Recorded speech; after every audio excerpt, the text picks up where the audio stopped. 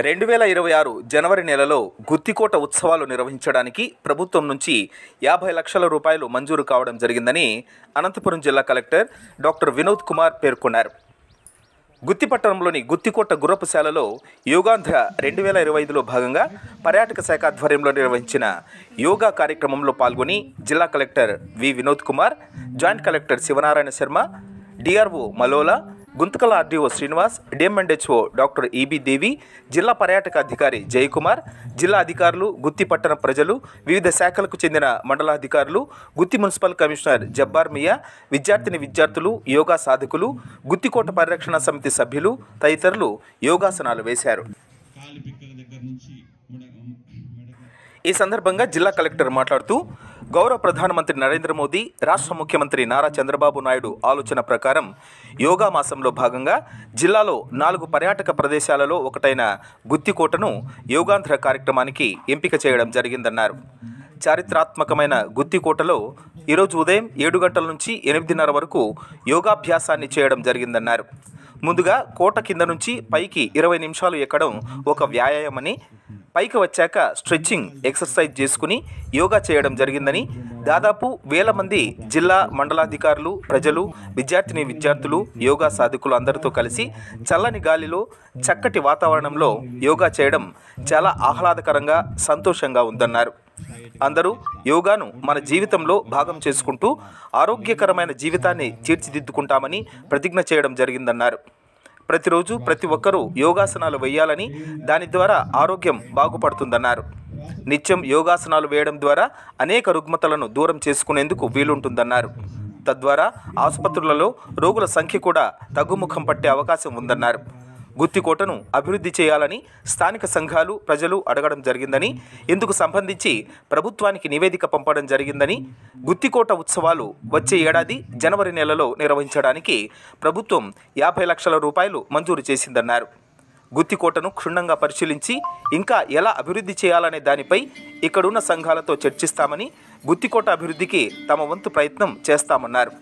గుత్తికోటకు మరింత ప్రాచుర్యం కల్పించే ఉద్దేశంతో ఇక్కడ యోగా కార్యక్రమాన్ని ఏర్పాటు చేయడం జరిగిందన్నారు.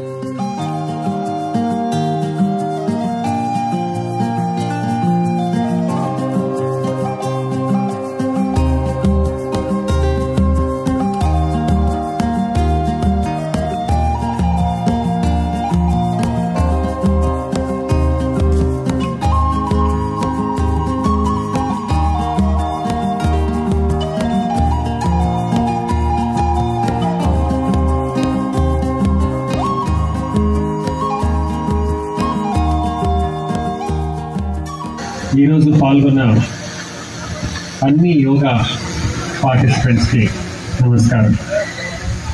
చాలా ఆహ్లాదకరమైన వాతావరణం, అలాగే చాలా గర్వపడే ఒక స్థలం గుత్తికోట. అందులో గౌరవ ప్రధానమంత్రి గారు, గౌరవ ముఖ్యమంత్రి గారి ఆలోచన ప్రకారం యోగా మాసంలో భాగంగా జిల్లాలో 4 పర్యాటక ప్రదేశాల్లో ఒకటి ఈరోజు ఇక్కడ ఎంపిక చేయడం జరిగింది. కింద నుంచి ఇక్కడికి రావడమే ఒక వ్యాయామం.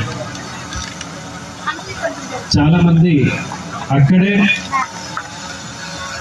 ఈరోజు ఉద్దేశం సగం అక్కడ అయిపోయింది, ఇంకా సగం ఇక్కడ మనం చేస్తున్నాం. చాలా సంతోషంగా ఉంది. నేను ఇక్కడ దాకా ఇక్కడ రావడం మొట్టమొదటిసారి. నేను జాయింట్ కలెక్టర్ గారు వర్షాకాలం తర్వాత వచ్చే చలికాలంలో ఒక రోజంతా ఇక్కడ ఉండి రాయిని కూడా అర్థం చేసుకొని దాని ఇతిహాసాన్ని తెలుసుకుంటామని ఈరోజు మేమిద్దరు డిసైడ్ అయ్యాం. అదే గుత్తికోట అంటే అనంతపురం జిల్లాకి ఇంకొక పేరు అన్నమాట. ఇప్పుడు దాకా అనంతపురం జిల్లా అంటే లేపాక్షి నంది పెట్టేవాళ్ళు, ఇప్పుడు లేపాక్షి నంది అక్కడికి వెళ్ళిపోయింది. సో మనకు అంత ఇతిహాసం కలిగినటువంటిది ఇంకొకటి ఏమైనా ఉందంటే అది